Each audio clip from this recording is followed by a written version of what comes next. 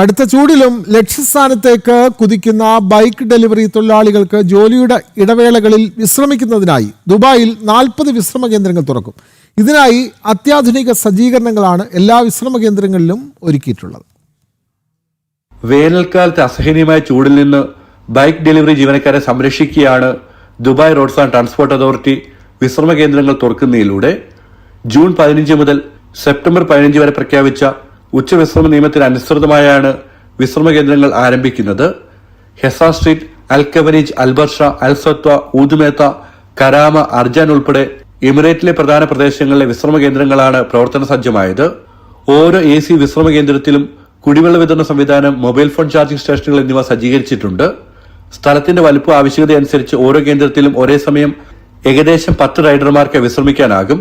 കൂടാതെ delivery motor സൈക്കിളുകൾക്കായി പ്രത്യേക parking സൗകര്യവും റൈഡർമാരുടെ ദൈനംദിന ആവശ്യങ്ങൾ പരിഗണിച്ച് മറ്റ് അനുബന്ധ സൗകര്യങ്ങളും ഒരുക്കിയിട്ടുണ്ടെന്ന് RT അധികൃതർ അറിയിച്ചു.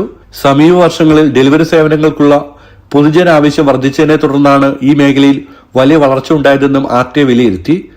ഇതിന്റെ ഭാഗമായി ഡെലിവറി റൈഡർമാർക്ക് സുരക്ഷിതമായ കാര്യക്ഷമമായ ജോലി ചെയ്യാൻ അനുയോജ്യമായ അന്തരീക്ഷം ഒരുക്കാനും RT സന്നദ്ധമാവുകയായിരുന്നു.